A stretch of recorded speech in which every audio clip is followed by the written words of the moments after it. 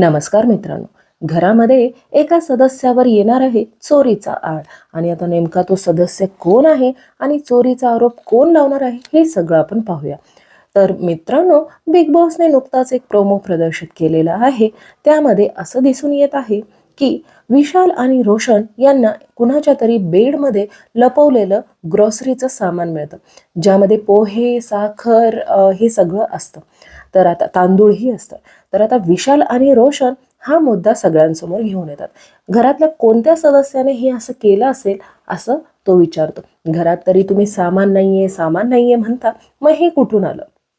यावर आता अनुश्री मधूनच स्पिन मारते, हे सगळं तन्वीनं केलं असेल. तर तन्वी म्हणते, अरे मी नाही केली असं, मी का करू? ह्याच्या आधी पण तुम्ही माझ्यावरच आरोप घेतलात. आता रुचिता जी आहे ती म्हणते की चॉकलेट आणि कॅडबरीवर तू एवढं बोलली होतीस आम्हाला की चोरी करते. तर आता या चोरीच्या आळामुळे तन्वी मात्र तुला बरोबर वाटतं, खूप संतापली आहे. ती म्हणते की अगं मी सोडायचा विचार नाही केले. तर मित्रांनो, अपडेटसाठी माझ्या चॅनलला सबस्क्राईब करायला विसरू नका.